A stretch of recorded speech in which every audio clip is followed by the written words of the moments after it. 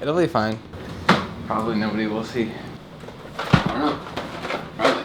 If someone does see us, then we're working on making a mystery game and we're planting clues. I don't know. It seems feasible.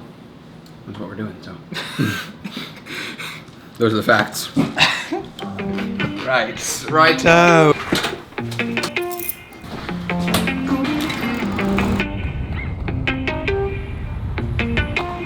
it is.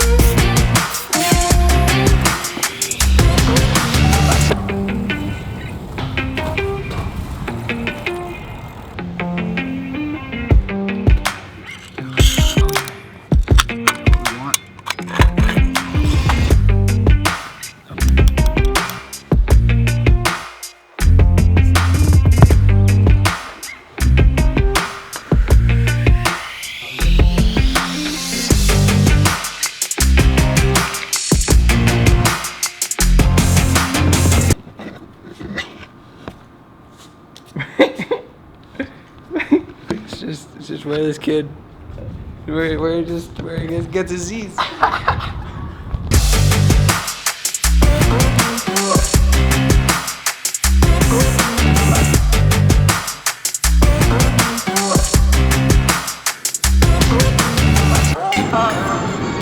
all there, dude. This is the experience that they'll have on the field. They'll see one of these posters, they'll scan it, and they'll come right here. They're like, what the heck? That was 1,000. You just did 1,000. There's the money.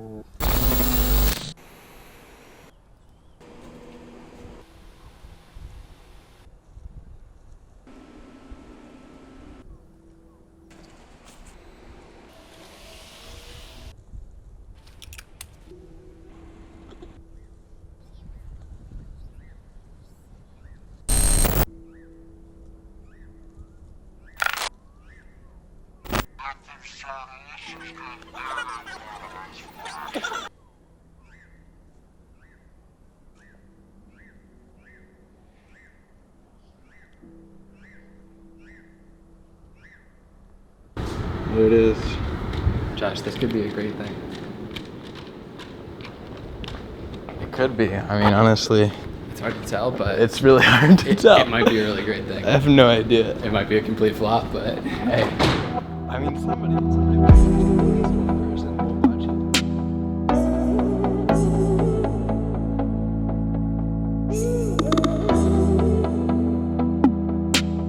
A good mystery is a powerful thing. It can excite people and bring strangers together.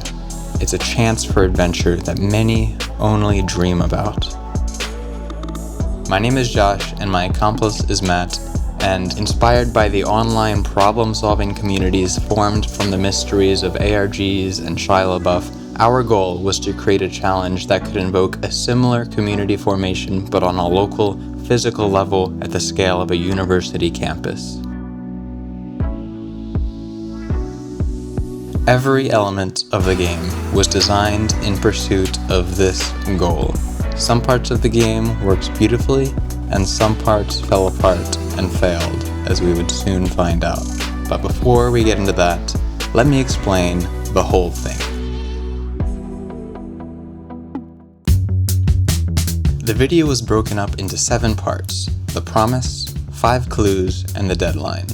The first clue is the location of a lockbox in a storm drain. Overlaid was a faint voice in reverse.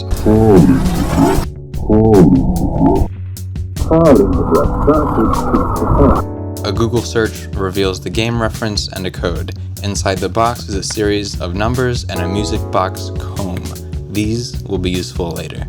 The second clue is a series of 13 brief images on campus, followed by an image of the library. If the players visit these locations, they will find a purple number painted nearby each one. The numbers form a 9-digit ISBN number plus a 3-digit page number. This page of this book in the library references the Southern Magnolia, and on that page are 2 written numbers. In the tree on campus with this tag ID, which is a Southern Magnolia, there is another lockbox which can be opened with the 4-digit code in the book. Inside the lockbox, there's a music box, but without the comb. When the comb from the storm drain is combined with the music box, it plays James Taylor's You've Got a Friend. When the numbers from the first lockbox are mapped to the words and the song lyrics, you get a riddle. On the north side of the campus wind tunnel, under an AC unit, there's an envelope containing 4 squares, a time and a date, and a GPS coordinate. The third clue is a fragmented QR code. When combined and decoded, it leads to a room with a radio signal, which, if recorded and graphed on a spectrogram, yields 3 images. The images lead to a fountain at the campus chapel, inside of which players will find a plate with 4 squares, a time, a date, and a GPS coordinate. The fourth clue is a close-up of an improv game with a flashing overlaid paint splat. There are the words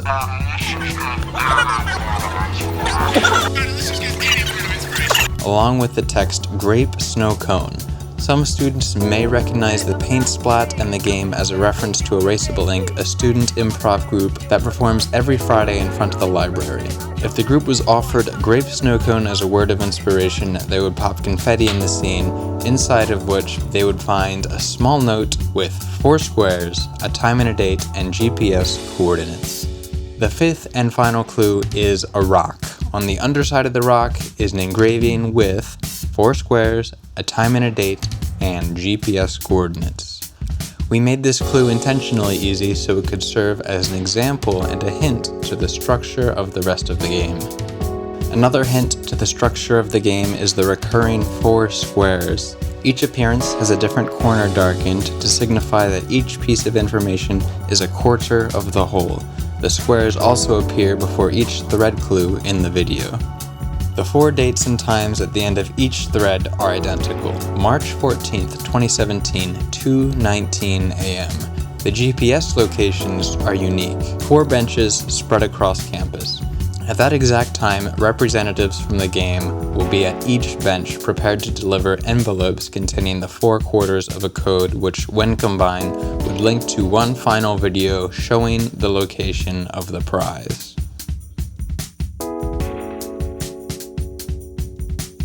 Every choice we made in designing this game was informed by our goal of creating a community-driven experience. The parallel thread structure allows multiple teams to work independently on different parts of the puzzle before forcing teams to seek each other out and merge. The clues demand a range of technical, cultural, and campus geographical knowledge that a single individual or small homogeneous group would be unlikely to entirely carry. It would be almost impossible for a single person or team to be the first to solve every thread and reach every consumable clue. The only solution is collaboration.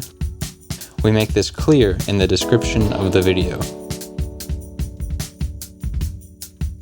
So, in a circumstance which appears to monetarily incentivize keeping information private, will players realize the necessity of collaboration, or will they hoard information to the point of destruction?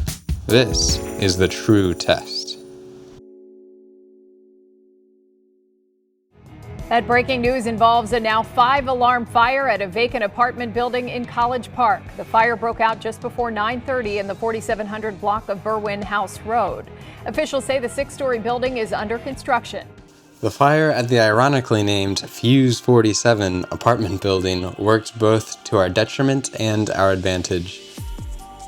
Talk of the fire saturated popular conversation and hindered the spread of discussion about the appearance of our posters, but for the people who did see them, campus closure gave them an opportunity to spend time on the game that they wouldn't have otherwise had. We later learned in interviews that many key players got their start in the game thanks to extra time from this fire.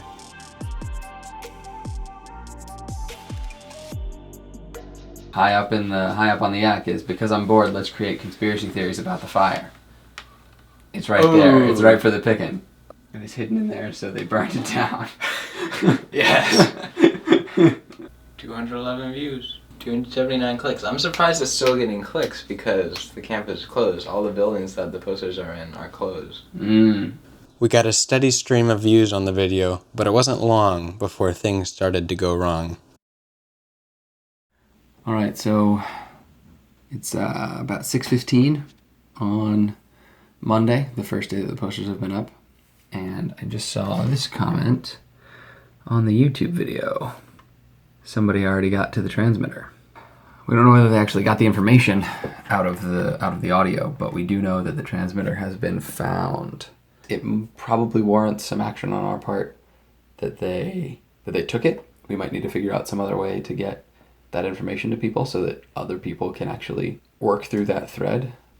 It's exciting that people are into it, though. That people are actually starting to work on it. It seemed that many people had quickly decoded the QR code from the third thread and started rushing to the location that it led to, where we had hidden a radio transmitting audio for the next clue. That evening, Matt and I head to the location to investigate. Indeed, we find the radio is missing, and dispersed around the room are printed QR codes leading to...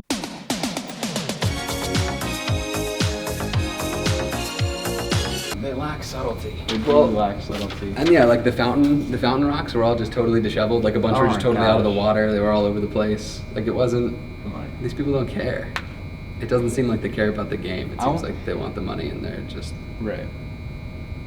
The theft of the radio and the replacement with these QR codes seems like a clear display of malicious sportsmanship, but before we had any time to react, they decoded the audio and solved the rest of the thread, also taking the plate from the chapel fountain. It seems like this team is aggressive, malicious, and very competent.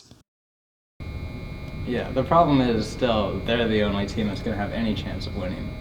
Right. We made it way too easy. We did that too. I feel like that's mostly on me. I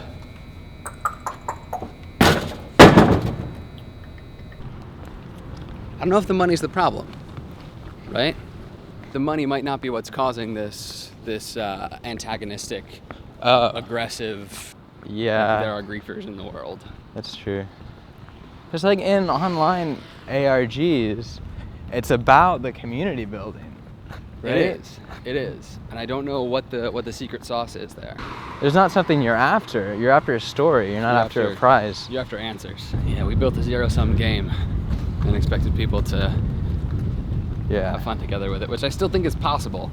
The behavior, the trolling, the Rick, yeah, obvious. Yeah, it's the trolling. There's not. It's the Rick rolls. There's not sportsmanship there. I don't know. Right. Yeah.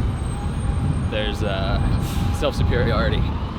But that's the thing, though. My point is that like fighting back feels like it's not a fight back. It's just a shutdown. Unilateral action feels so sad, though. People just want to play the game. What else can you do? You can't really target. Yeah. Because anything that's in the environment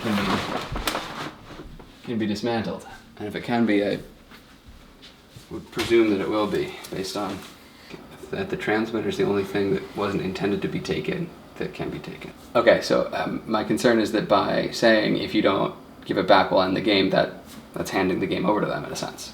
Yeah. They own it now, they can end it. So the issue is that we don't want the person who has certain clues to win. The game itself is still okay. Like, the radio leaving is just a little bit farther up the chain than something else that would have eventually gotten taken by one person. The nature of the game is that people are going to take things, and it just happened in a place we weren't expecting. Is it worth sinking the game over the fact that we don't like the way the person who seems to be poised to win it is going about things? If there are 4 teams playing, at least, there's probably a few more. Yeah. Then chances are it won't all be found by the same team, and it might be fine.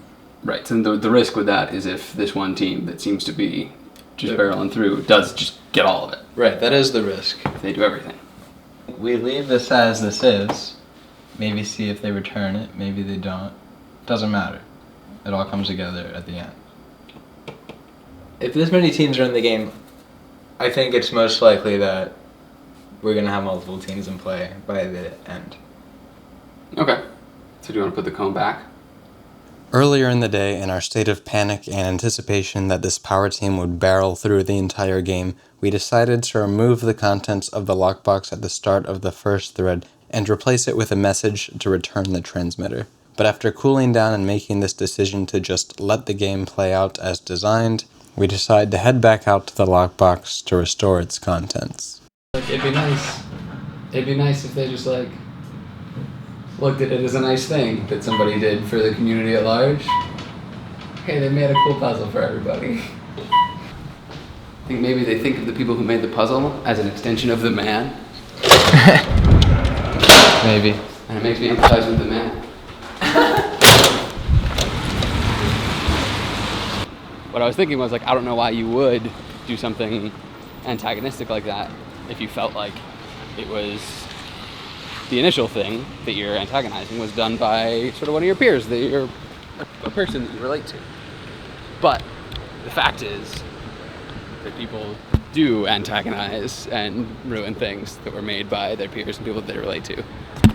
I just can't relate to that urge. I don't know why it exists, but it does, so.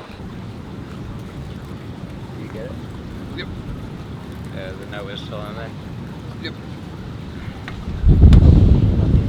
Do we want to, as Purple, spread some words of encouragement so that people don't feel like it's a dead end now that that's gone and nobody can make any progress?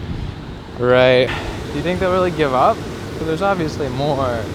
There is obviously more, but it's not necessarily obvious that it isn't all connected. Right.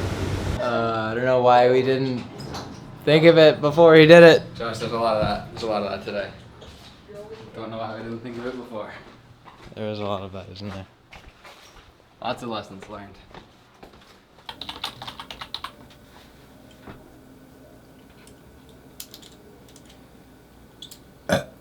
Sure. Is that it? Yeah, it works. Seems like it gets it across. The game is still on, and anyone can still win. Oops.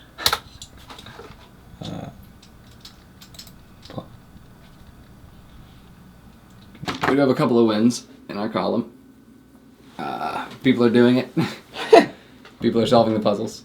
Yes. These are things we were worried about not happening, and they are happening. Better than them not happening, because we have a lot to dig into here and a lot to learn from. Ideally, it wouldn't matter who's doing what. If the puzzle is perfect, impervious to vandalizing, then it doesn't matter who's doing what, because if it's getting solved, and that's it. I don't know how I feel about making it perfect, because maybe this puzzle is interesting because it's not perfect and because people can take it apart and because that is the mechanic that forces collaboration at the end. Right, that's true, is the splintering of it.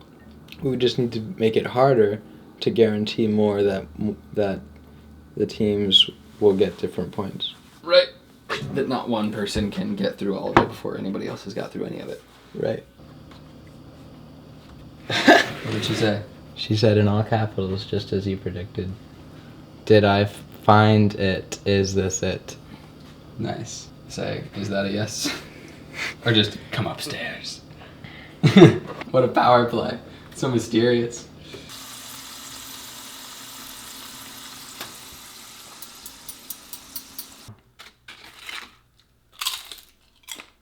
Wow. Wow.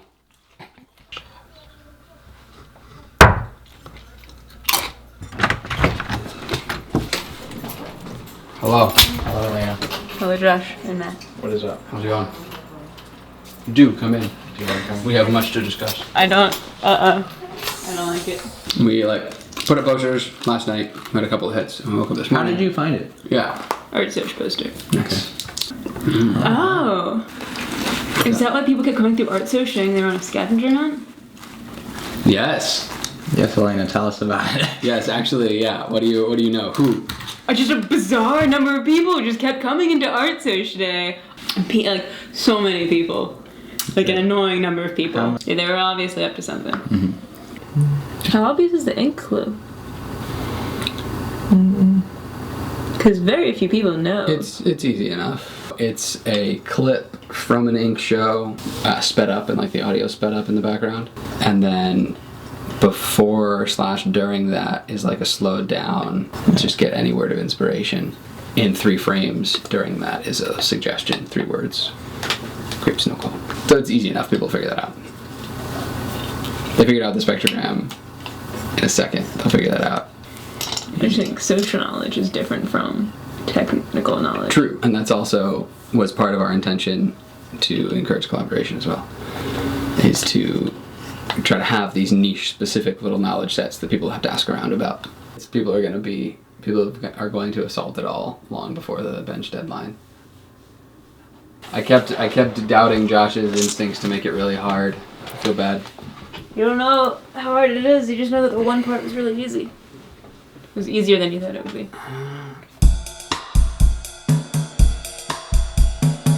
Should I wear this headband so everyone knows that I'm a tournament official? No. The one consistent thing so far is every time we learn new information, it's that people were getting it done faster than we imagined. So maybe we should check it.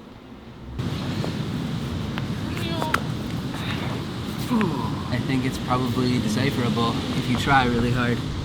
That's a 7, right? -7, 0, 9. I think it's enough there. Yeah.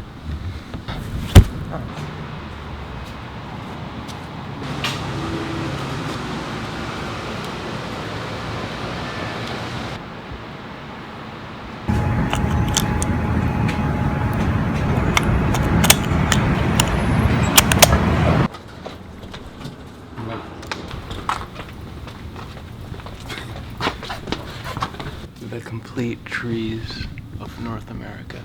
Oh, this can go somewhere else. Okay, so here we are. Okay. We're gonna be page Mongolia family. Here it is. ID 2012, 2110.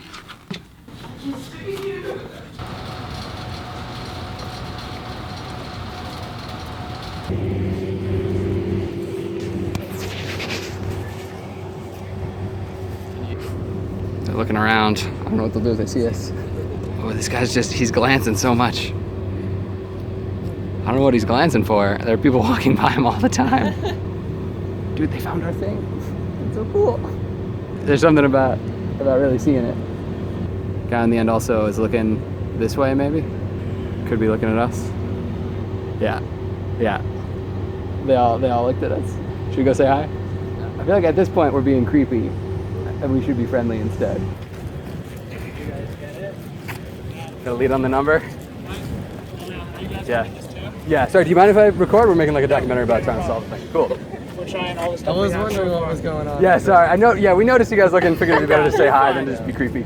Yeah, we have no idea so far. Okay. We've tried like all the stuff we've got. We've been like going through the video, like going through the audio. This guy like Yeah, I've been spending a lot of time. spent so much time on this. I, That's awesome. Converted it to like MP3 to put it in Audacity and like just went through it, looking for like different speeds and stuff. Well, there's a bunch of like phrases, but we're not sure if they're actually important or Yeah. whether they're just like There's like slowed down, absentmindedly slowed recorded. down and speed down words over one part, but we're not sure if it's important or not. Okay. Because it might just be background noise. Sure. Yeah. We're hyped. We're trying to figure it out. Have you guys seen other teams when you're walking We've around? met There were two other teams so far. You met one team yesterday in One team a day. Okay. in one of the buildings where did you guys see like the comments on the video? Yeah. Yeah, we've been someone said that keeping someone had tabs like on those. moved something or like it been tampered with or whatever. Yeah. So like the place where they were yeah. talking about in there, yeah, we went there and we were the ones who like commented because we were like, yeah, Oh, there's cool. nothing there. Yeah. Nice. Like so it was kind of weird. But then the guys who did it said that it's it's still on like 2 hours ago. So we think it's still on. Because we were going down to see the fire yesterday. We like walked down and then we stopped. We walked there. down, we saw the sign. I was like, do I take this seriously or not? And then we came back and we were like, guys, it's $1,000. We gotta do this. We gotta do this right now. That's awesome. I'm excited. It's already pretty cool with this. Yeah, that's what makes it real. All right, it was nice Cool. meeting you guys. Yeah, I'm you Evan, too. by the way. Good luck. Yeah. Nice Good to luck, meet you. Matt. Wow. We should move on to this. We didn't offer them any insight. We didn't. I mean, I want to Take a gander. see. Well, I love them. Those guys are like my favorite guys. The numbers are easy to move. Okay, cool. Let's at least scatter so they don't think we're jerks. Right. Who are withholding information. That's heartwarming. Yeah, that's awesome. And Absolutely. They've seen 2 other teams. Yeah.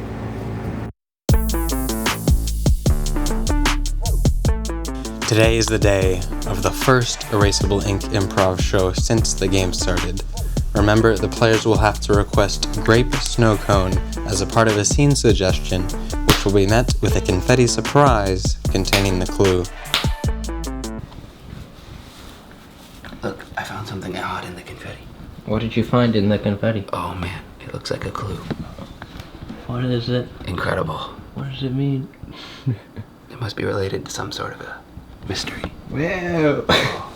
We anticipate that one or more teams will be present to take the clue, and we want to be there to witness it happen.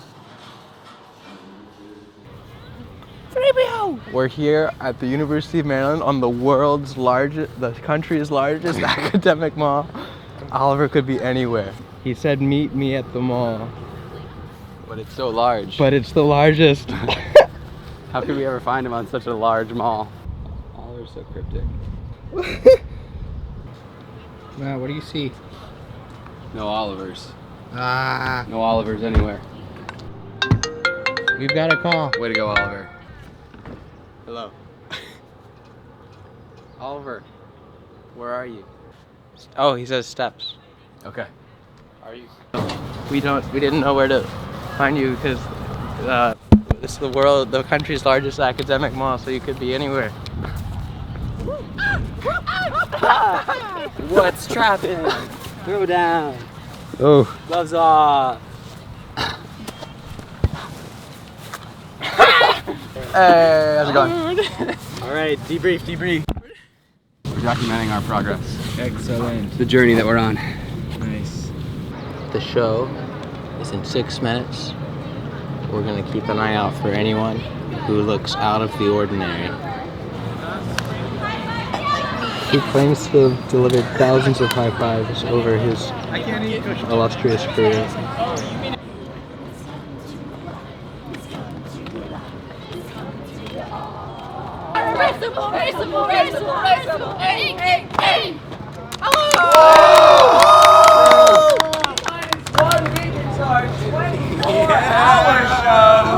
Are you kidding me? We're gonna be out here from 1 p.m. Friday to 1 p.m. Saturday. But not this time around.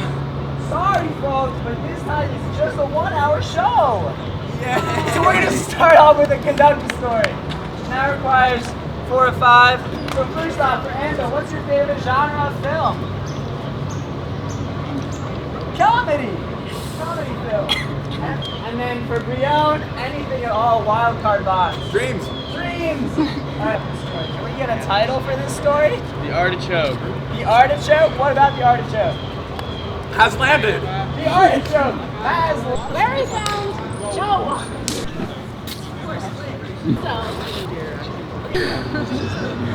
Our aunt. We need a phrase. So if you have work to do, but it's not your work, you do it. Real people can talk to security guard. That's the second time. Please remove. Do you think anything's going to happen? Presents. Seems like no. I'm surprised. Me too. Boy. I was expecting some action. Bigger. Yeah. You grown? Yeah, it's kind of an issue, and well, that's why you should pop another blue one. You know, big girls, they don't cry with snot. What's a word of inspiration? Any word? Classical. Classical.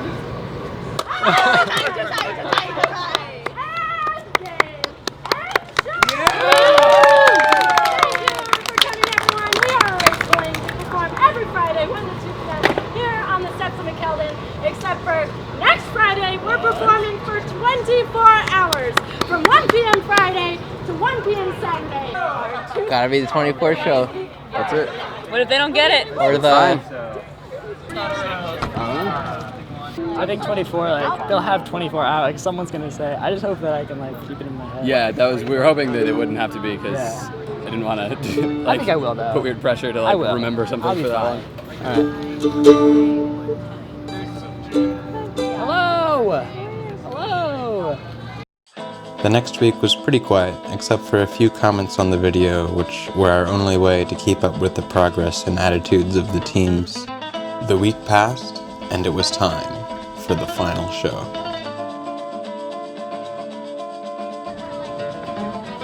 If nobody gets this clue during this final 24-hour window, then that portion of the code at the end of the game will be gone, and the game will be unsolvable. My art is perfectly fine. Think we raised. What's another trick? What's another?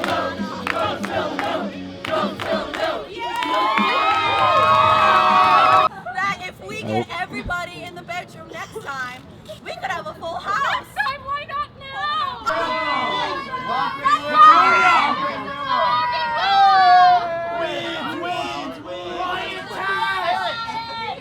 A dead rose! Look, that's Susan! I can't hear anything. Dead rose! What? Look, that's Susan.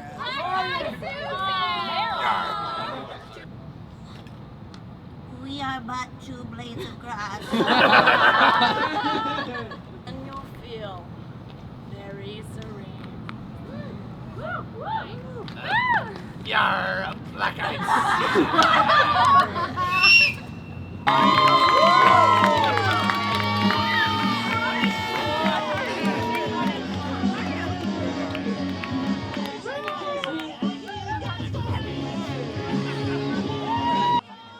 24 hours passes, the show ends, and the words grape snow cone were never spoken. Either the players failed to solve the game, or we failed to make a solvable game. So they didn't solve the puzzle. Oh wait, you're right. The puzzle is unsolved. The puzzle is officially It's done. defeated the community. My read is they did not take the collaborative and imperative seriously. Well, you know what just happened? 18 hours ago, we got another comment from a YouTube account called Yell. Oh. We found information. Willing to exchange, email us at wherethetransmitter@gmail.com. Where the trans?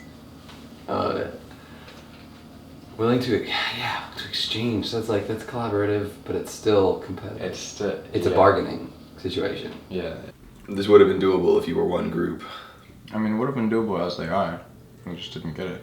Right, but it's totally reasonable that there would be groups that exist for which it kind of just wouldn't be doable, which was the point. Mm-hmm. The point was that like one person probably can't do all of it. And that obviously applies to a small enough and homogeneous enough group. Oh, when I was walking back at 4 a.m., I saw what must have been a mystery game group of like 15. What? Like roaming around, getting stuff done. What? It was crazy. It was really cool. What? Where were they? Well, they were walking by the diner. And it was just like the way that they were approaching the ATM and like investigating it and looking at the blue light next to it where the poster was. It's hard to believe that they wouldn't. That one doesn't seem that hard. It doesn't. I mean, yeah, we were expecting that one to be Pretty easy. almost as easy as the rock, which ultimately nobody got apparently. There's definitely information there. It could just be hard to tell what it is. Yeah.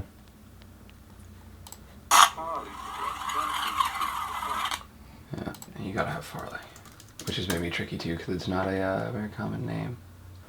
But if you've played Abduction, Ben. Come on, Ben. We were counting on you, Ben.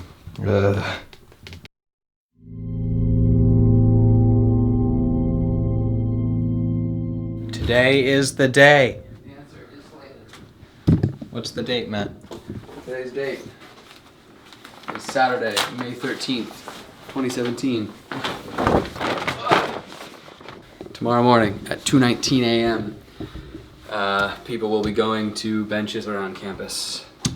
What we need to do right now is figure out which benches those are by figuring out which clues remain in place and which have been found. So we know that they did not find the ink clue. We know that because we were there for every ink show. For the benches where people could show up, we want to show up too. I think they're probably not going to be at the wind tunnel bench, but we're going to go check that and see. The spectrogram, there are definitely people who got that because that plate was stolen. And the rock. People definitely got that because the rock was moved all over the place. So at least 2 benches, probably not 3. So we'll need to be at those benches tonight. Yep.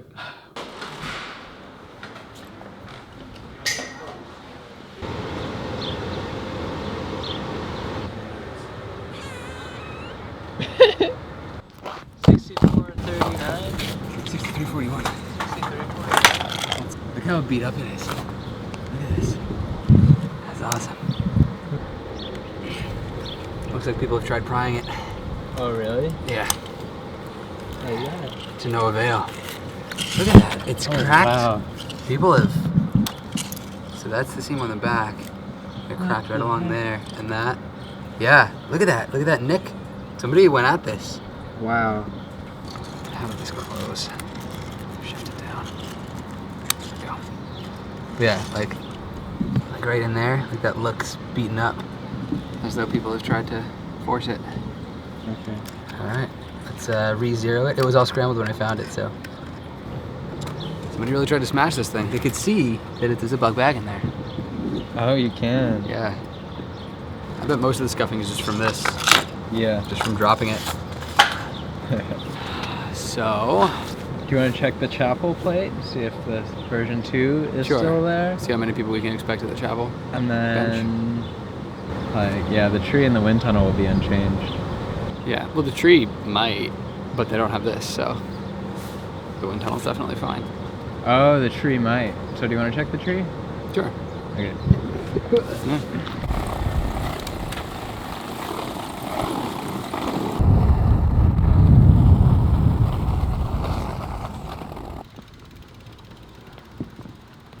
Here we are. No, it's here. Oh, okay. Hey, oh. No vandals. So the only person who might have seen this is there's the person who stole it, who knows about it, anyone else who might have gotten a recording and then come and found the plate, anyone who might have found it before the plate was stolen, which also seems very unlikely, and there's Ben. And I don't think Ben found it because he would have posted in the group chat. Right. It seems most likely it's just the one party, the one who stole the radio.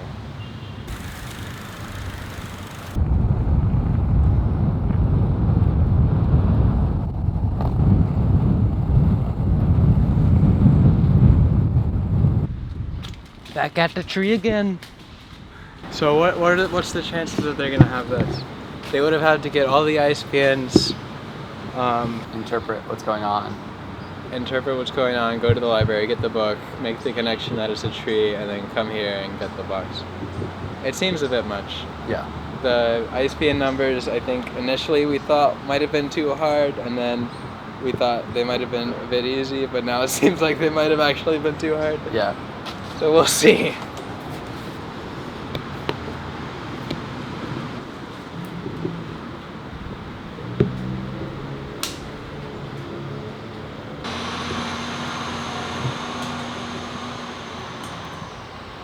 It's gone. Ooh. What? Very nice. What? That's super impressive. Yeah, that was totally unexpected. I'm glad we came here. We should check the wind tunnel now. Yeah, but yeah, so. Wow, okay, so they got... What?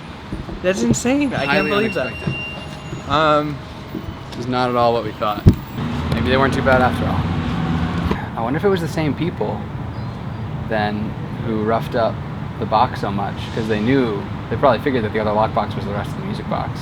Oh. And very frustratedly wanted to get in it and just couldn't figure out the code. Wow, maybe. Very exciting. Wow, what? Impressed at every turn. Alright, we should check the wind tunnel and we should check McKeldin. And check the book. See. Yeah, you're right. See if the book has been removed, if the code was scratched out. See if it seems like the same tactics as the transmitter stealers. Probably a different party. Alright, let's go to the wind It's just tunnel. so much.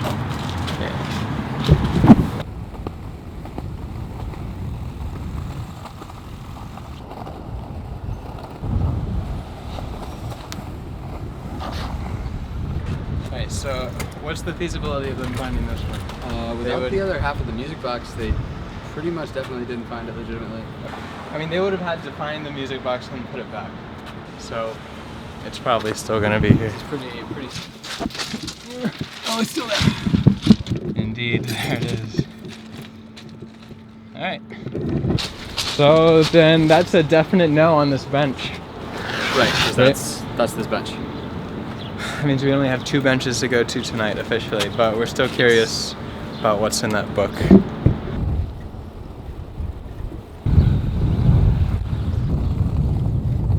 There's something big.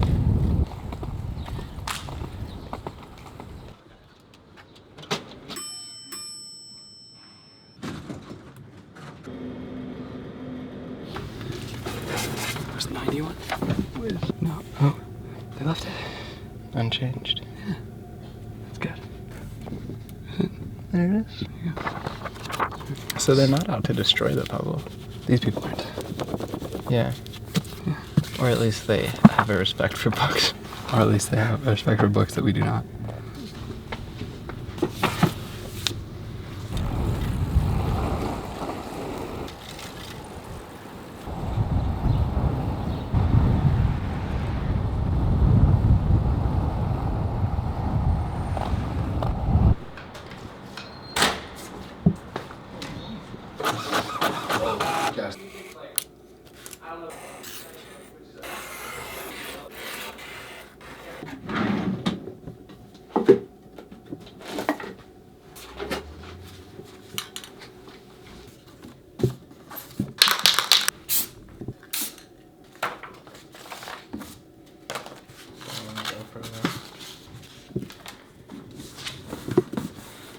Big money. This is...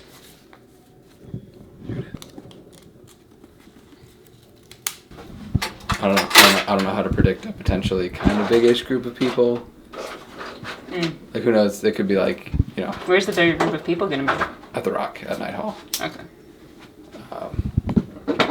Unless the group who solved the other puzzle, if that group is big and they're all going, then I think I have a little letter. What's the fire for? Let me see. To burn the evidence if they don't show up. Yep. Which will either be better because there will be a lot of people, or literally nobody ever solved the Rock and nobody will show up. People definitely solve... Maybe. If somebody solved the whole ISBN thing, they would definitely observe it enough to solve the Rock. Yeah. So keep an eye out. Alright, let's go. Do you intentionally have all your...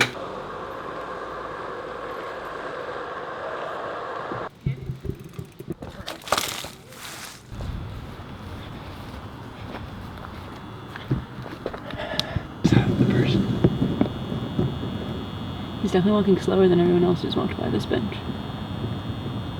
Have you been watching? Does this look cool? The coolest you've ever looked. I don't know about the head part. What do you I would think? just show your nose. You're like... Show my nose? Yeah. Or... Sorry. I'm trying to make you look less scary. We could just do bandana for the top, or headbands for the top. That would be less spooky. 2:15, 4 minutes. Oh my goodness.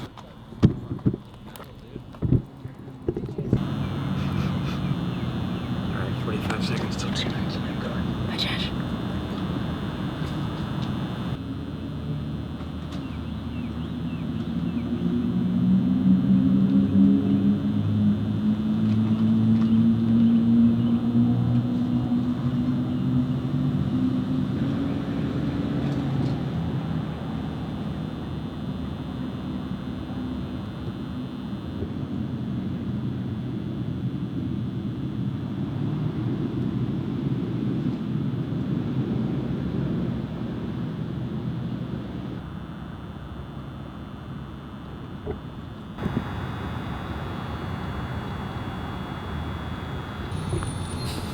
There it is.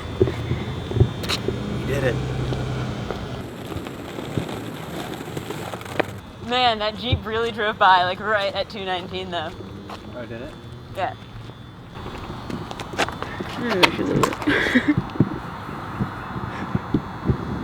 How do you think that did? Yeah, it does seem less likely. I'm rooting for him. I want him to get his radio back. Definitely hoping someone would come.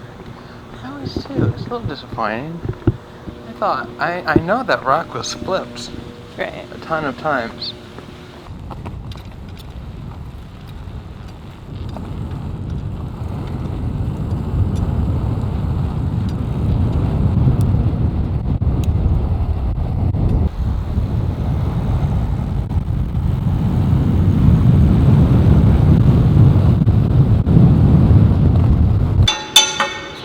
Yeah, it just seems unlikely that anybody would have come to Matt's tent. He's not back yet. He's not back there. But he also hasn't said anything.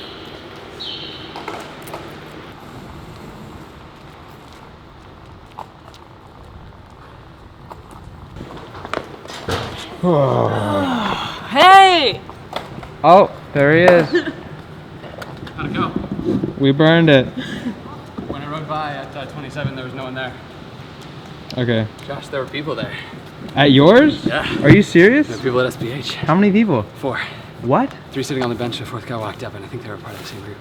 They were one team? I think so. Okay, well, what did you do? I completely forgot to film, which is great. And I walked up with about 5 seconds before 19. Uh-huh. They said hi, and I said, "You're right on time." Nice. And they offered on their own. They said, we have a plaque of yours. Okay. And I said, from the chapel? And they said, yeah. And I Nice. said, do you have the transmitter? And they said, no. So either they were confused for a second and actually don't have the transmitter, or were lying and for some reason really want to keep an old Raspberry Pi, which seems unlikely. Did they seem like they were lying, or did they seem... How excited they were to see me walking up endeared them to me so much that I couldn't believe they were lying in the moment. Oh man, They were giddy. Really? Yeah, they were grinny and smiley, and oh man, it was so cool. So was that the extent of the It was interaction? very fun. No, I unzipped my pocket and took it out and sort of handed it to them, and none of them quite knew what to do for a second. One of them took it, and I said, I held it out and said, congratulations for getting here.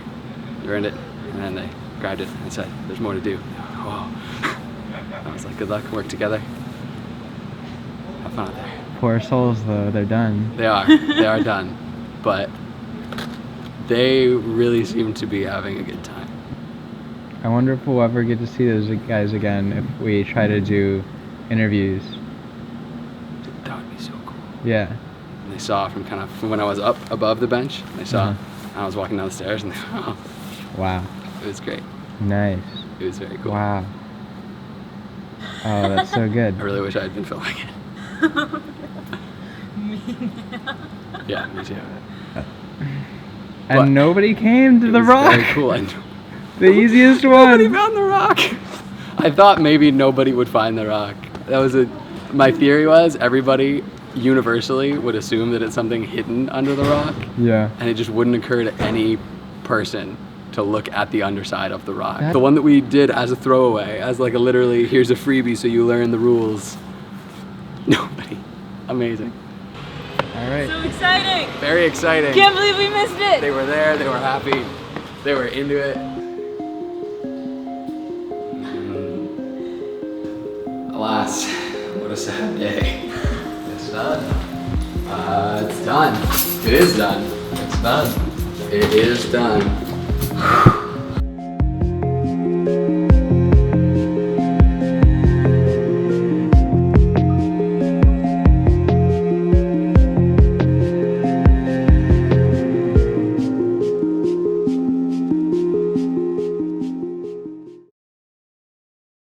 Oh, another development. Recent YouTube comment, lockbox in tree is empty. A response to the comment, email us at whereisthepurplesquare@gmail.com. Why is this all happening now? It's too late. Yeah. Why did it take them so long?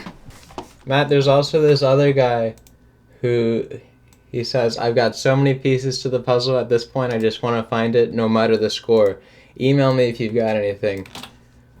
Given how many people are really into it? Oh, yeah. If they were all one organized group, it would have been so easy. Yeah. Josh said he removed the box from the location by scraping the cable against the sidewalk to cut it. Then he noticed the crack in the back, so he put one of the legs of a dorm chair on the back of the box and used his body weight to punch a hole through the back of the box. Scraped it on the sidewalk? Yeah, that's crazy. That must have taken a long time. Took a really long time. Did he break the cone? I guess they know what the song is anyway, so it doesn't really matter, but... North of the wind blow people, down of summer cold. They might. I mean, yeah, with the song and the numbers, they'll figure out lyrics, no problem. Mm-hmm. They'll put it together. Question is if they'll be able to interpret our... I just don't know what to make of this Josh character. Yeah. It's interesting that he's giving you progress reports like that. Mm-hmm. That he's keeping you in the loop. Josh is a member of the team that received the envelope from Matt last night. He posted on the UMD subreddit asking if anybody else had received other envelopes, and we emailed him asking for an interview. Other people we asked for interviews from were suspicious, but he immediately called us out as the creators of the game. They found us on Facebook because they identified my shoes in this photo. Oh, wow. That's... subtle. Yeah. Even more bewildering was somehow he knew who we were, but we had no idea who he was. Somehow he recognized both of us, but we had no idea from when or where we had met this person. We figured out it was Matt who handed us the envelope. He kind of had like the eyes I could see, and like the hair a little bit, so I kind of recognized. But like, how did you recognize me? Like, have we The met voice. before? Like, I don't remember meeting you. At Big Camp, I remember I came up to you and like my friend was like talking to you about unicycles or something. Ah, okay. Wow, nice. I signed up to do Sandbox manager hours, but then Right. Somehow this man had recognized both of us from single passing interactions that both of us had forgotten. I think that Josh might have photographic memory. And Matt didn't recognize Right. you guys, so we had no idea who these people are that recognized us. So since we got this plate, we haven't really done anything else too much. Okay. We weren't sure like if this is the only part to the puzzle or if there were other parts. So after we found the QR code, I posted the envelope on Reddit to see like if any other team had a similar envelope. Besides you, another team contacted me, and I'm actually supposed to be meeting them at like 5. So Okay. their YouTube channel's like green or something. Can we ask if they've... Yeah. We reached out to them to get an interview, and they were instantly incredibly suspicious of us that we were trying to pry for information. Yeah. They do suspect that we made it, though. All right, yeah. And in response to that, he said, I suspect you are affiliated with the people who made it. So our interview with that team is going to be tense. There's gonna be a lot of people hiding a lot of information. Right. Very So guarded. we request that you don't tell them. After the interview, Josh confessed to taking the transmitter. He clearly felt bad about it, and his intentions really weren't malicious like we assumed. They just happened to find it, and they cleverly figured out that they'd be able to get a cleaner audio file directly from the device, which they did. He returned the Raspberry Pi to Matt, and all was good. I also learned later that it wasn't Josh's group who planted the Rick-rolling QR codes like we'd assumed. We found that pretty much every assumption we made about this team's actions and their intentions was completely wrong. Maybe another reason that people are willing to share information now is because they're leaving, and they just know that they're not going to be able to do it. Oh yeah. And they'd rather see somebody do it than nobody, so they're just dumping what they have and getting out of here. Yeah.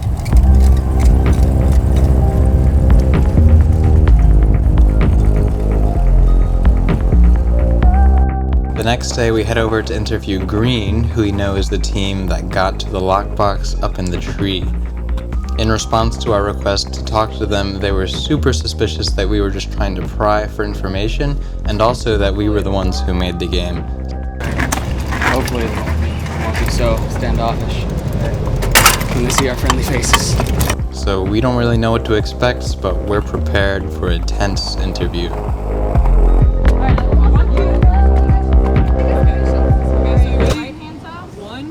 I imagine it's you two in camera.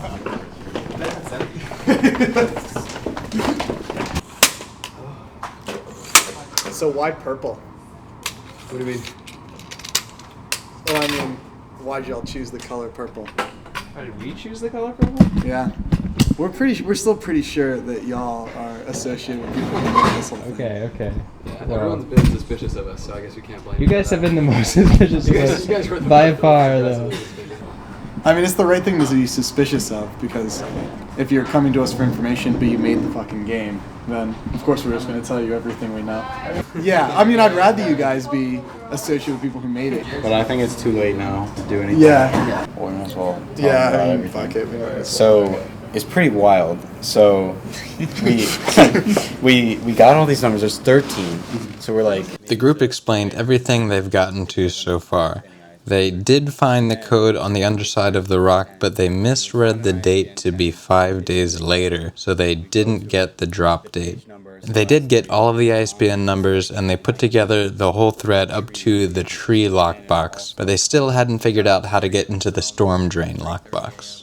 One individual contacted us who had found one of the envelopes, Yeah. right? Yeah, who posted Yeah. on Reddit. And then we said, hey, how did you find this envelope? And he's just like us. He just wants the game to end. So he told us how he got the envelope. And he had not even found the lockbox, and we told him about it. And then later that day, he went to the lockbox, and Matt and Angela's group just happened to be walking by and saw him beating it with a brick. Okay, that's what they texted me about. And then they said that they went back later that night and the lockbox was gone. And we were like, oh, bastard stole it. The game's over. You know, like, that's it. Like, you know, this guy's going to run off with it and he doesn't know what he's doing.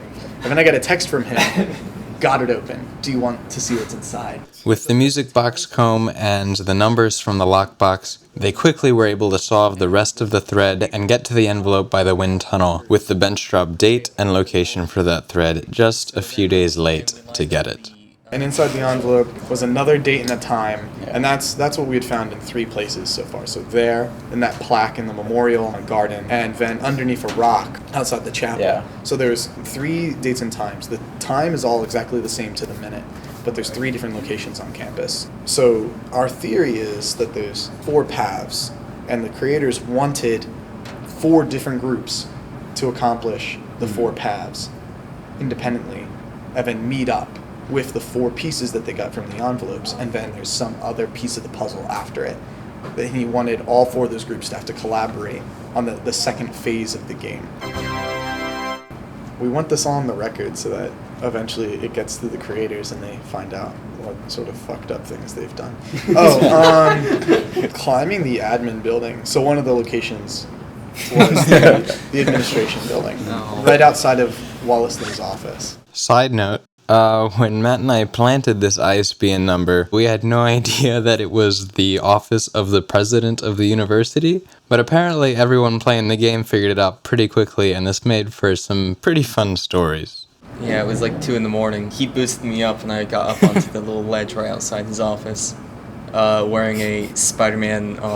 What's it? A Morph morph suit. A Spider-Man. Well, my thinking was, listen, if anyone ever sees this and then ever goes on the tapes, it would be the funniest thing for them to look and just see a kid dressed as Spider-Man climbing the admin building. It's true. And it's like they'd almost write it off, you think, right? Yeah, it's like he was just like climbing stuff. Yeah, because he's wearing a Spider-Man. Yeah, we climbed like 3 other buildings that night. Like, there was one night, I think it was the second night we were on about this, and we stayed outside until the sunrise. Like, yeah, we saw the sun coming up. The sun was coming up, and we're like, we gotta call it for the night. It was actually really searching. The yellow guys. I emailed them about the numbers because they said, "Hey, we have information. We're willing to trade."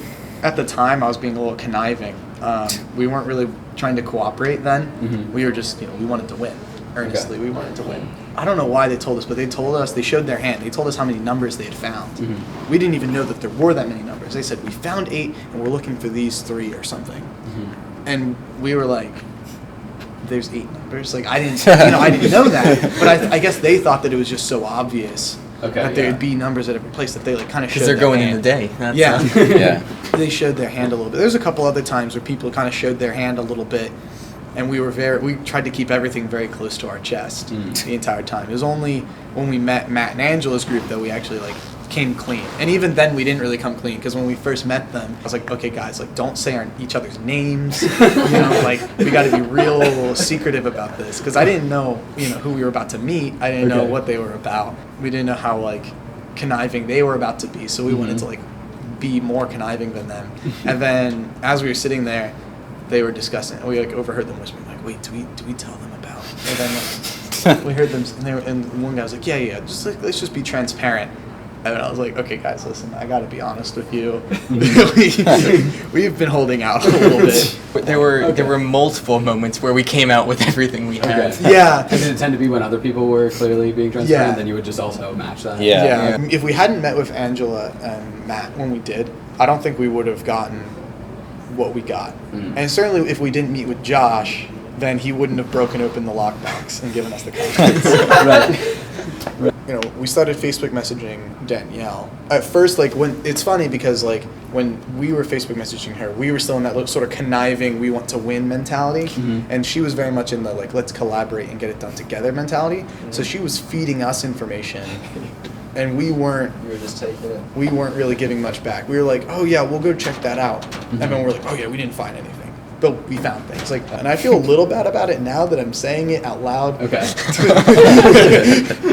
But at the time, it was just it's just the way the game is played. Sure. I'm sorry, Danielle, but we got to kind of mess up your head a little bit.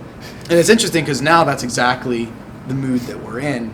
Is just collaborating just to get something. The goal of the game wasn't to solve it, it was to win the $1,000. And then when the goal shifted and we just need to solve it, well then we don't really have as much stake in solving it independently besides pride. About the police odds. Oh yeah, do you wanna talk? I wasn't there. Were you guys there? I was there, but it was your doing. Okay.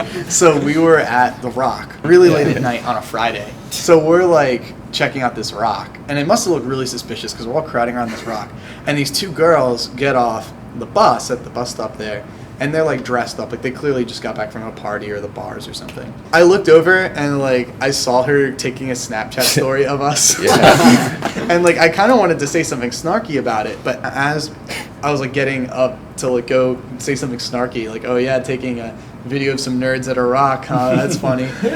These 2 police ops walk up and they're like, "Hey, what you guys up to?" And we weren't quite sure what to say because Adam had just pissed on the rock. Because the numbers weren't really that Oh, clear you're right. on the rock. And we didn't. Yeah, we tried to wash it off. And he was already peeing. So we're Adam pissed on the rock, and it made it worse too because it just made it this mud, and then none of us wanted to touch it. And they're like, "So what are you guys up to?" And the first thing I don't know, yeah, it was a geology project. And he was like, "Oh yeah, it's just not very often that you see a bunch of kids crowding around a rock." And we're like, "Yeah, well, it's a pretty fucking interesting rock." And he bought it. He was just like, "Well, have a good night." And we're like, "You too." And we split ways. And we're like, and I think that's kind of what bugs me the most about not solving it is that there's just so many stories in this, and then it ends with nothing. Like, it ends with when then we went home. Well, definitely. Hopefully, we'll be able to put something together that'll give people some. That was good. That was great. Do you think they bought it? I don't think they did. They didn't seem to care that much. I think that's why they decided to just tell us anyway. It's because they figured it was us. They were so good though. They were. I appreciated their honesty about their thought process transition. Yeah. And like the fact that they were really cutthroat and did lie to people. No, it was very and then insightful. Switched. Yeah, that's true. It was super helpful. Peeing on the rock? Come That's on. so funny. Come on. Just like that whole story was great. Not only being on the rock, but like the geology project. The geology project. Unbelievable. That's so Apparently, funny. very believable. I love him. What a group. Good old Green. Good old Green. Every single people we've interviewed, they've all been great. Yeah. They've all just been so good. Yeah. So like it's also just a good lesson in like people who we were judging before meeting based on their online interactions. And interactions in the context of the game. Yeah. Where they thought they were trying to play, and then once we just like met with them and talked to them for real, it was just fine. They're all just great people.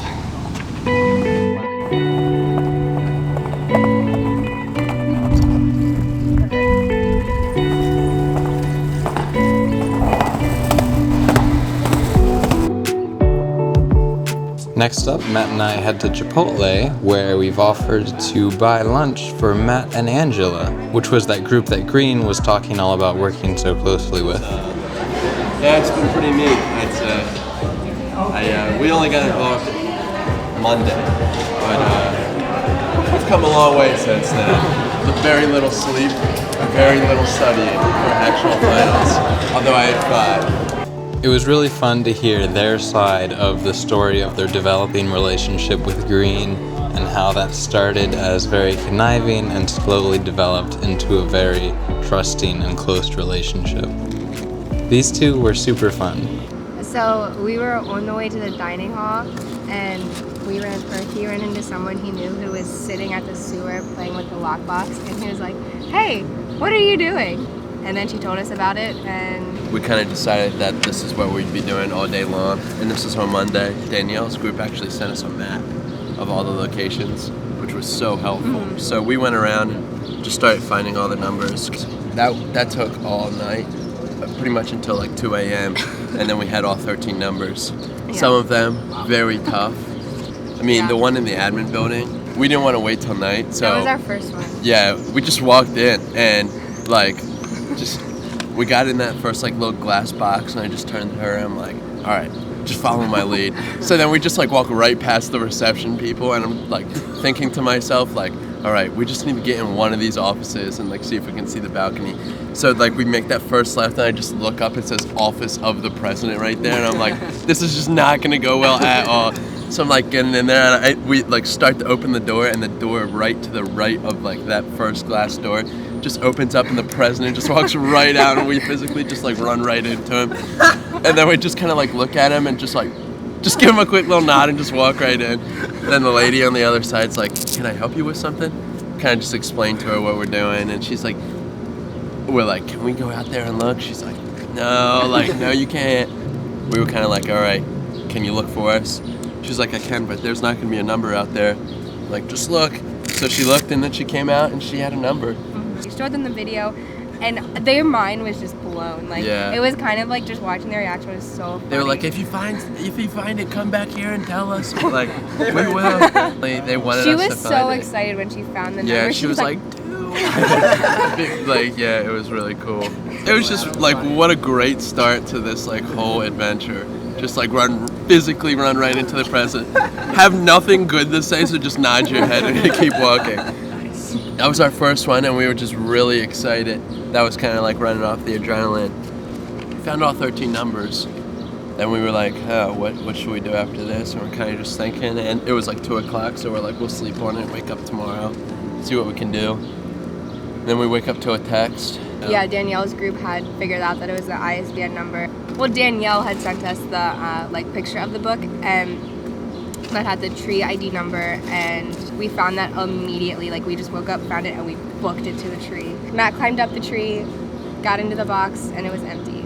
So, just another dead end. Yeah, that was kind of really disappointing. We go home and we comment on, or Angela comments on YouTube, tree inbox empty, and then somebody responded and said, email us at whatisthepurplesquare@gmail.com. So we met up with Justin and them at the Marymount Chairs. That was such a creepy Which is just a location. creepy spot to meet. And somewhere I've never been on campus before, like the numbers, right? So we meet there, and slowly but surely we're like just revealing information to each other, like gaining trust.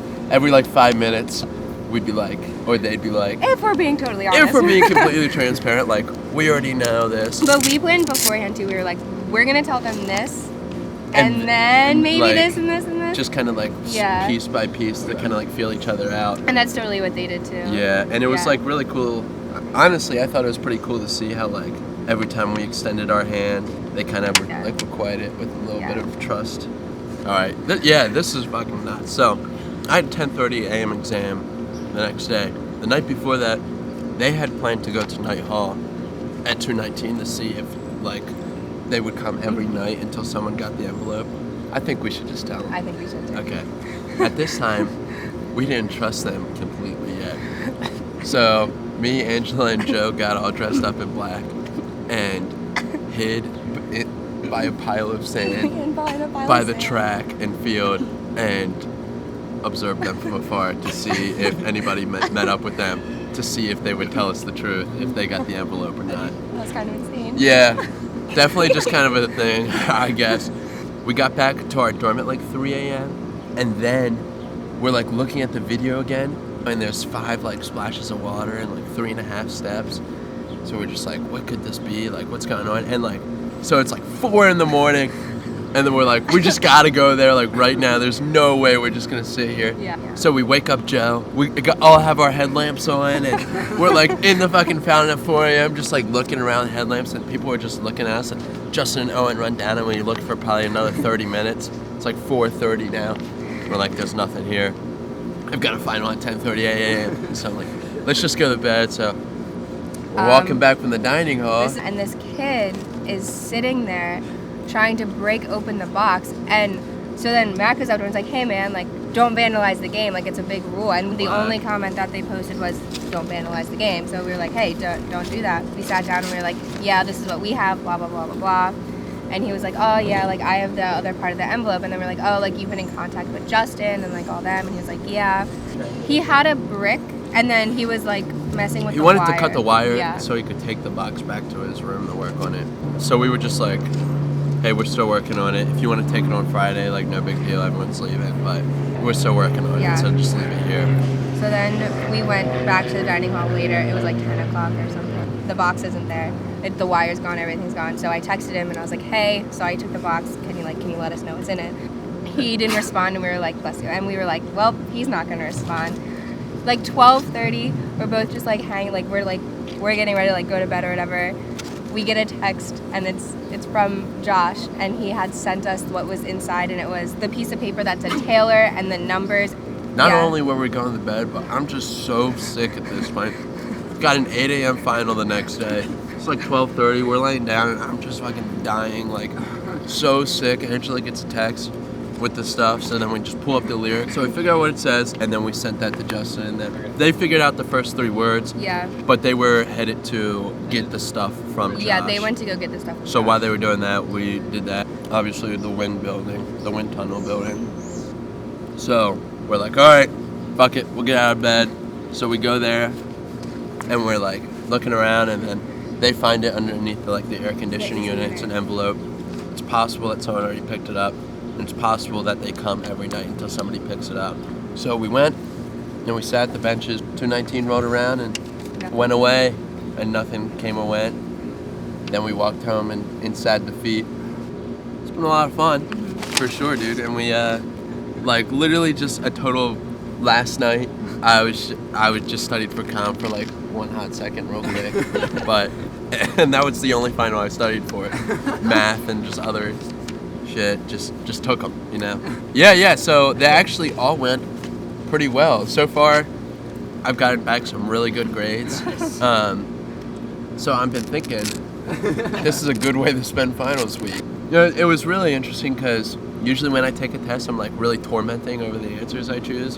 But like, it just seemed so little and so unimportant when I was taking the test. I was just like, I just need to get out of here so I can start back with the treasure again. So it definitely wasn't the money, but I mean, it's exciting as hell. Yeah, You just be running around and finding fucking clues, like just to not get a lot of sleep at all.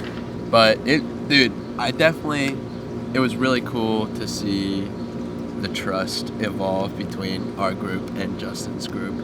Yeah. From like not trusting each other at all to spying on them, physically spying on them. Yeah, they don't know about that, so if they watch this video and see it, it's whatever. But we didn't want to tell them about it because we thought maybe it would break the trust on their side. But now we trust them pretty good. Yeah, they're cool guys. Yeah, Justin's really cool, and Owen's really cool. And it was so cool to come like so far in like 4 days, really. Yeah. It's only been a week. Yeah, for sure. It's been a lot of fun. Honorable mentions go out to our friends on Yellow, who were a little bit late to the game and they didn't really get much done, but they had super admirable spirit and they were really fun. See ya. What a group. That was great. I love them. Also, this poor guy Alex, who collaborated with a lot of teams at the end, but really was on all the wrong leads and didn't get anything quite right. And finally, our friend Ben's team, who was the embodiment of asymptotically approaching solutions, but never actually getting there. They came so close, but just overthought everything just a little bit too much and dismissed the right solutions and pursued the wrong ones. But they were also great. If you want to see any of these full interviews, they're all down, linked in the description.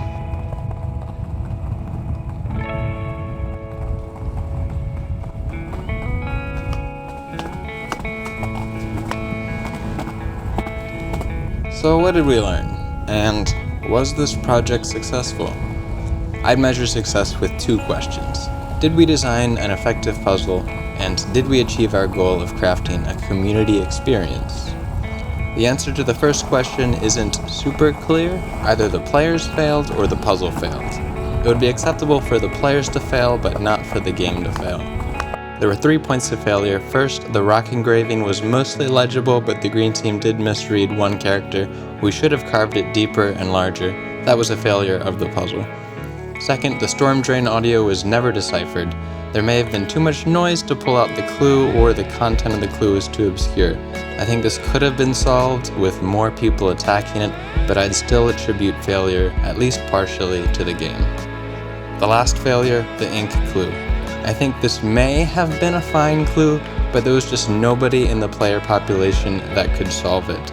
The clue is designed to only be solvable by a subgroup of people familiar with the improv group, and it seems like this group just did not intersect with the player population. Overall, we did get a great amount of participation, but it seems like we just didn't reach that critical mass we needed for these clues to get solved.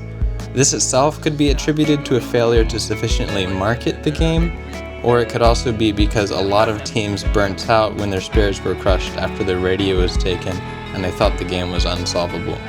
So, as game designers, there's a lot to learn. We should have done some focus group testing on our clues to make sure they were okay, and we also failed to seriously consider basic failure modes. Here's me the night of planting the radio, casually dismissing the possibility that it could get taken. I think it's fine. It's like a good enough puzzle. And nobody's gonna find the treasure, right? Right. Certainly not accidentally. If somebody decides to tear up, if somebody's looking for it. But why would they be looking for it? Sabotage other people. So did we design an effective puzzle? Most of the game was great, but all it takes is one bad clue to bring down the whole game. Overall, I can't really blame the players for the deficiencies of the puzzles. I've got to give the failure to the game. Now, the second question to qualify our success: did we achieve our goal of crafting a community experience? I would argue this question is much more important than the first one. In the end, it doesn't really matter if anybody solves the game and gets the money. Our ultimate goal is to give people an experience that connects them to each other in a meaningful way. The game experience wasn't the open community we wanted it to be. It seems like the incentives just weren't right, or maybe we didn't communicate clearly enough how important collaboration would be. We did fail at this, but we did facilitate some beautiful human connections at smaller scales. It was fascinating to unravel the web of connections between teams and hear about relationships growing as trust tentatively formed between them. The experiences they shared with us were hilarious and heartwarming, and later I was told by Justin from the Green Team that the experiences from this game were incredibly bonding and formative for their team as a new group of friends, and the memories from this game are some of their fondest. I'm happy to admit that our game failed, but to be responsible for facilitating experiences that were so meaningful to people in this way is an incredible honor, and that fulfills our goal more than we ever could have asked for.